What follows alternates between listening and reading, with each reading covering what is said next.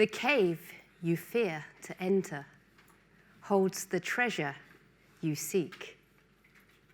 Dare to enter the cave you fear, and you will surely find the treasure within. Life is a journey, and I believe to dare to enter those caves that we fear is all about stepping out of our comfort zone. The treasure is all about the insights and the discoveries we find along the way, and that gained confidence by exploring outside of the comfort zone. So what do we need to be more adventurous, to enter into those caves that we dare? I believe there are three main things. I like to call them the 3 C's: curiosity, courage, and creativity. Steve found his treasure by being curious, courageous, and creative. To his parents' dismay, he dropped out of college to follow no other than a calligraphy course. It was there he found his passion for typographies and the spacing and balance of spacing in between those fonts. And only 10 years later did he connect the dots between those seemingly unrelated domains, calligraphy and computers. You've probably guessed who I'm talking about. It's Steve Jobs, who introduced fonts into the Apple Macintosh computers, making it the success they are today. But Steve's not the only one who's been connecting the dots between seemingly unrelated experiences. Today, I'm an artist. 10 years ago, I was in the corporate world, in human resources. Go back 20 years, or should I say 23, if I'm honest. There's not enough space. You'll never guess where I was. I was an officer cadet in the British Army. I kid you not. So how did that happen? How did a creative person end up in the British Army? Just to prove it, I'll show you. I saw it as a playground to push my boundaries, both physically and psychologically. And through that experience of 3 years of training, I learned 3 main things. The first was about teamwork, and we often had to do these kind of obstacle courses. But you weren't a winner unless everybody in your section has crossed over the line. That is teamwork. The second thing I learned in the army was about belonging. If you have a strong sense of belonging, you can overcome even the toughest of challenges. And believe me, it was tough. We had to hike across difficult terrain with our weary feet, blisters, heavy burdens, backpacks on our back. So to keep our spirits high, we used to sing. I'm not going to say the songs because I'm not sure the lyrics are relevant for here, but we used to sing. The third thing that was an insight to me in the army was about having a clear picture of where we were going and how we were going to get there, whether it was our sergeant drawing on the whiteboard in the classroom environment or out in the forest, he'd draw with a stick in the dirt. But we always knew where we were going and how we were going to get there. In the HR world, by contrast, I saw the same themes, but from the opposite end of the spectrum.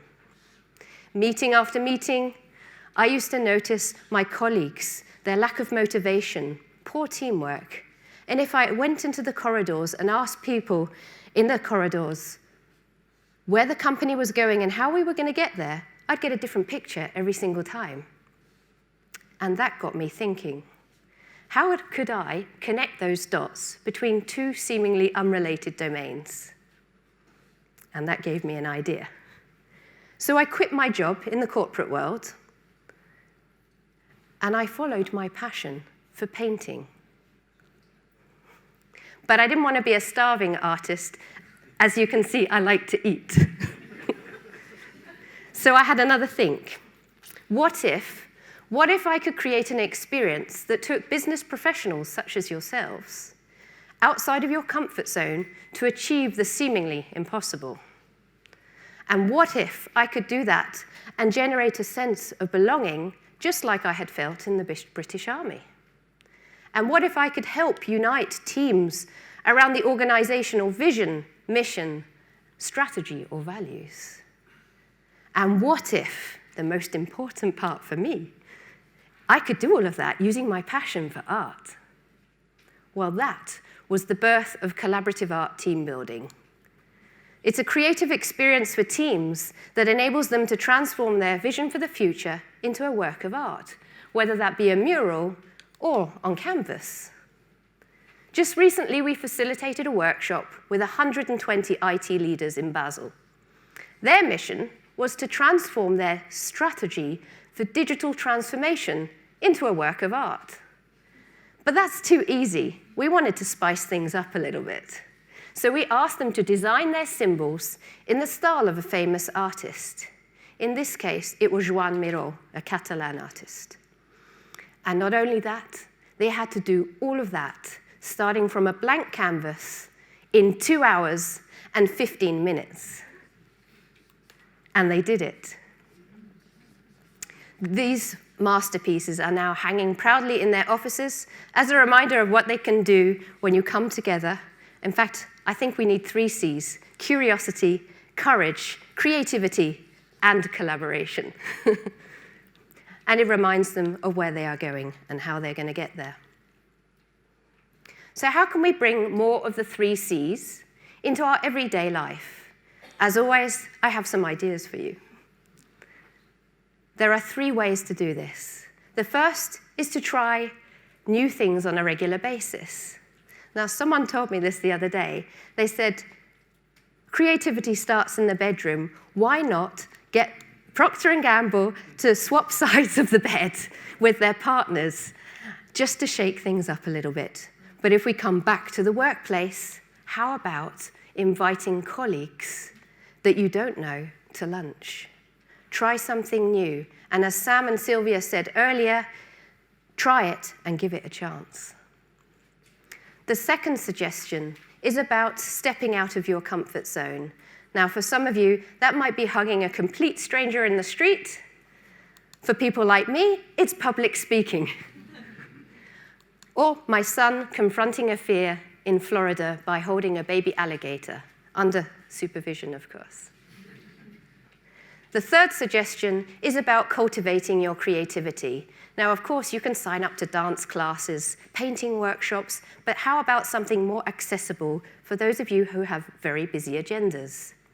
So my suggestions to spark ideas would be cooking something, inventing a recipe with the leftovers in your house, rather than popping down to COP to buy new things. And if you've got kids, get them involved as well. Another suggestion is write a poem to a colleague. Next time you want to thank them for the great work, write a poem about them, about how happy you are, or send them a poetical birthday wish. I'm sure they'll appreciate it. So how do the 3 C's look like in the workplace?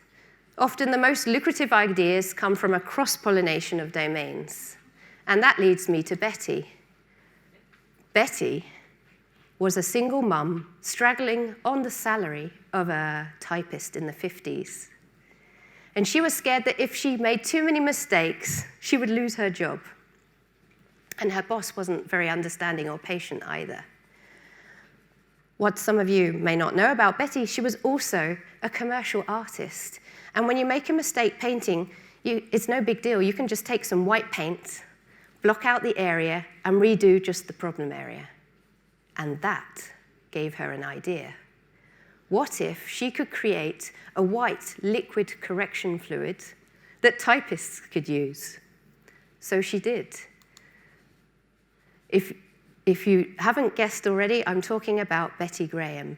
And thanks to her curiosity, courage, and creativity, she came up with what we know as TEDx today and sold what she called back then liquid paper for $46.5 million to the Gillette Corporation.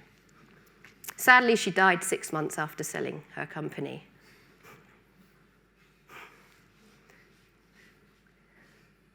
As a self-taught artist, I am often required to be curious, creative, and courageous. I started to paint in 2002, but I didn't know where to start. So I looked around my flat and found some household paint left over from renovations. Got some masking tape, bought some canvas, and I started to paint. Or should I say, pour, a bit like Jackson Pollock. And as I experimented, these abstract paintings started to merge, and it looked a bit like a love affair between Piet Mondrian and Jackson Pollock. I called them organized chaos. And then, as I'm curious, I thought to myself, what if I could capture the window to people's soul, their eyes? I'm fascinated by people's eyes. So I taught myself how to paint portraits using acrylics. I'm not going to show you my first one, but I will show you one that I'm proud of. It's called Fragile. And then I had another idea. What if I could combine the technique of Jackson Pollock dripping this household paint with my ability to paint portraits? What would happen then? So I did. And I took a series of iconic drip paintings to an art show in Lausanne, where a Cuban art collector discovered me. He fell in love with these drip paintings, and he asked if he could commission one of them. He wanted a Marilyn Monroe. I thought, fine. But then he told me how big he wanted it. It wasn't 1 meter, nor 2 meters, nor 3 meters. It was 3.5 meters long by 2 meters tall. But I did it. It took up most of my art studio floor. And for those of you wondering how you do that, you need to work flat. And it's a bit like Twister, but with paint. And you have to hop around the dry areas. So today, this giant Monroe is hanging proudly in his home in Cuba. And it's created a little bit of an impact over there, because when he has his windows open on the balcony, the passers-by in the street can see her looking over them, and they have nicknamed his home Casa Marilyn. So if I hadn't have been curious, courageous, and creative, Casa Marilyn wouldn't exist. But you don't need to be an artist to be curious, courageous, and creative. There are many ways you can develop this kind of mindset. So I have a little challenge for you to finish your day on. I dare you to be more curious, to try new things, and to do them differently. I dare you to be courageous, to step out of your comfort zone. And I dare you to be more creative and find ways to connect those seemingly unrelated dots. And if you pack those 3 C's into your backpack, hopefully it's lighter than my military one was, but if you put those 3 C's in there, perhaps you, one of you, will be the next Steve Jobs or Betty Graham of Procter & Gamble. Thank you.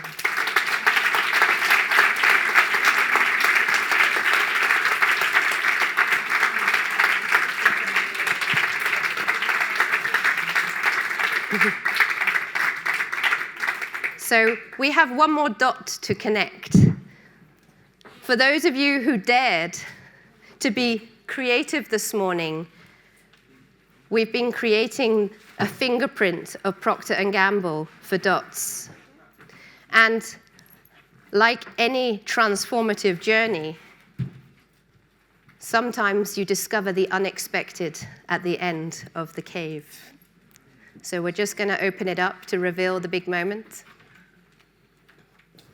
I'd like you to imagine this. Instead of the TEDx red letters on the stage next year, this is going to be your TEDx letters. It's your dots.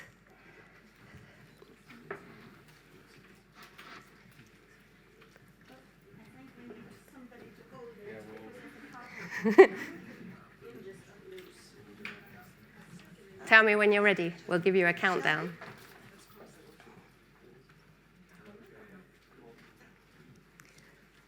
I think maybe, just to be sure, I'll stay here. Okay. Shall we? I might please start. Yeah. No, you should go in the front. You should go in the front. We can hold it. Okay. So should we do a 3, 2, 1? 3, 2, 1.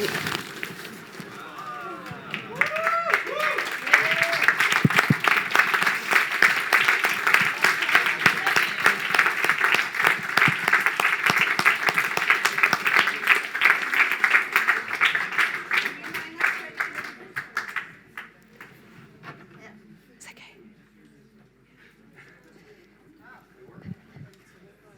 Ta-da.